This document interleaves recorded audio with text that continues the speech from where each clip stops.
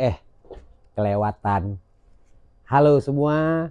Hai teman-teman, apa kabar? Semoga kalian dalam keadaan sehat, tidak kekurangan satu apapun ketika melihat video saya ini. Sebelumnya saya mohon maaf karena saya jarang banget mengupload video di YouTube ini. Maaf ya, maklumlah saya so sibuk. Lagian nih ya, kalian juga pasti bosen karena konten yang saya upload impor melulu gitu. Sesuatu yang baru kek, jangan impor melulu yang diupload. Bener gak? Pasti bosan, yakin gue. Ya udahlah, mulai ke depan ini mungkin saya nggak upload tentang impor lagi. Akan saya kombinasikan dengan topik-topik yang lain, mendukung impor juga gitu.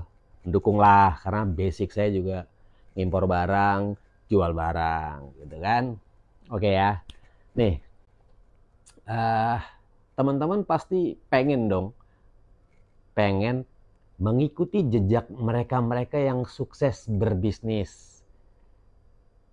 Pengen dong menjadi seperti mereka, bisa berhasil dalam berbisnis. Nah, cuman ada kendala yang kadang-kadang kita pemula ini berpikirnya gimana gini. Apa ya idenya ya? Bisnis apa ya gue ya? Nanti kalau gini, gitu kan? Seringnya gitu kan? Ya, saya juga dulu gitu kok, gitu loh. Jadi teman-teman harus bisa memulai sesuatu yang menurut teman-teman itu menarik untuk diri teman-teman.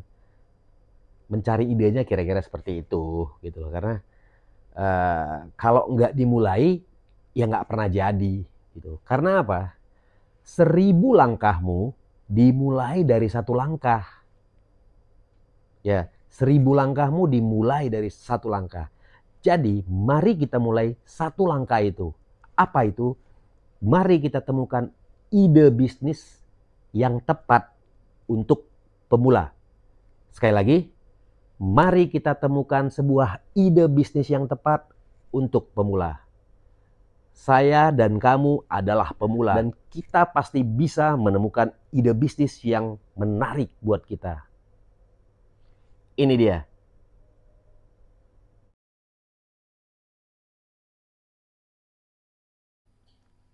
Yang pertama, kita buat sebuah pertanyaan untuk diri kita sendiri. Nah, ini dia pertanyaannya. Apakah ide bisnis yang kita pikirkan tersebut bagus atau tidak? Nah, dari mana kita tahu yang kita pikirkan ini bagus atau tidak? Karena itu kan bisa subjektif, bisa objektif. Nggak apa-apa, itu wajar. Nah, tapi kita bisa menjawabnya. Begini cara kita menjawabnya. Refleksikan dirimu. Apa itu merefleksikan diri? Nah, lihat ke dalam dirimu, apa yang menjadi keterampilanmu, apa yang kamu sukai, apa yang kamu cintai. Karena tanpa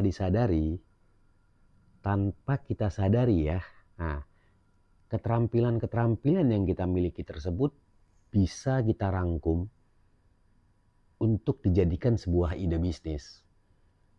Bahasanya gini deh, hobimu tadi ya, bisa jadi sebuah ide bisnis. Jadi nggak ribet, nggak susah, dan kita nggak perlu berpikir terlalu jauh, terlalu lebar, terlalu luas gitu. Ngapain sih kita berpikir tentang sesuatu yang nggak kita suka, terus kita pengen jadikan itu sebagai peluang untuk bisnis? Nggak masuk akal dong. Nah, sekarang pertanyaannya gini. Kenapa begitu penting untuk mempertimbangkan apa yang menjadi keterampilan kita? Mengapa perlu mempertimbangkan apa yang kita sukai, apa yang kita cintai? Nah, Karena kita akan mampu melewati masa-masa yang sulit saat memulai bisnis. Itu dia jawabannya, ya. Nah, kemudian ketika kita sudah merefleksikan diri, kita sudah melihat ke dalam diri kita, saatnya kita melihat keluar, lihat sekeliling, pekerjaan, kehidupan sehari-hari, aktivitas, gitu. Apakah ada masalah yang belum terpecahkan di luaran, gitu loh, ya. Jadi kira-kira itu adalah gambaran jawaban pertanyaan pertama. Yuk kita lanjut ke yang kedua. Yuk kita lanjut yang kedua. Yang kedua adalah kita juga membuat sebuah pertanyaan. Pertanyaan yang kedua itu seperti ini. Dari mana memulai ide bisnis tersebut? Ya kan, kita nggak usah pusing, nggak usah bingung, karena kita bisa menjawab itu dari mana. Dari keterampilan-keterampilan kita. Ketika keterampilan-keterampilan kita dapat memecahkan masalah yang ada, artinya dari situlah kita memulai ide bisnisnya. Saya kasih contoh ya, biar lebih gampang memahaminya. Ini dia contohnya. Oke. Katakanlah saya terampil main gitar dan mengerti internet. Artinya ketika saya terampil bergitar, berarti kan saya otomatis menyukai musik dong. Nah, akan tetapi saya kesulitan mencari beberapa aksesoris gitar di tempat saya. Saya kesulitan mencarinya. Jadi saya gunakan internet untuk membeli beberapa aksesoris gitar melalui toko online. Gitu. Paham ya?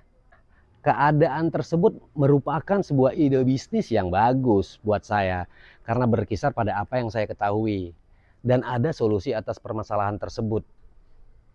Aku suka musik, aku bisa main gitar, dan aku bisa menggunakan internet.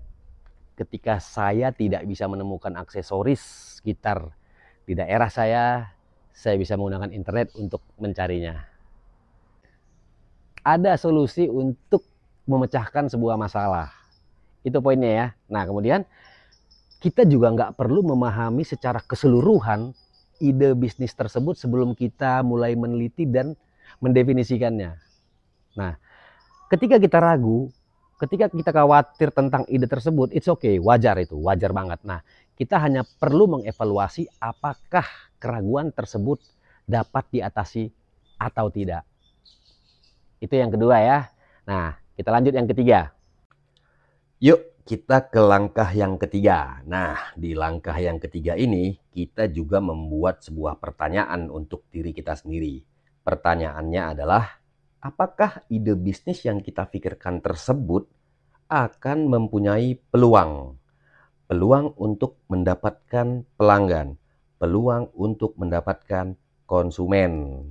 Nah, untuk mengetahui jawabannya, kita bisa menggunakan internet. Kita gunakan internet untuk menciptakan peluang terhadap ide bisnis kita.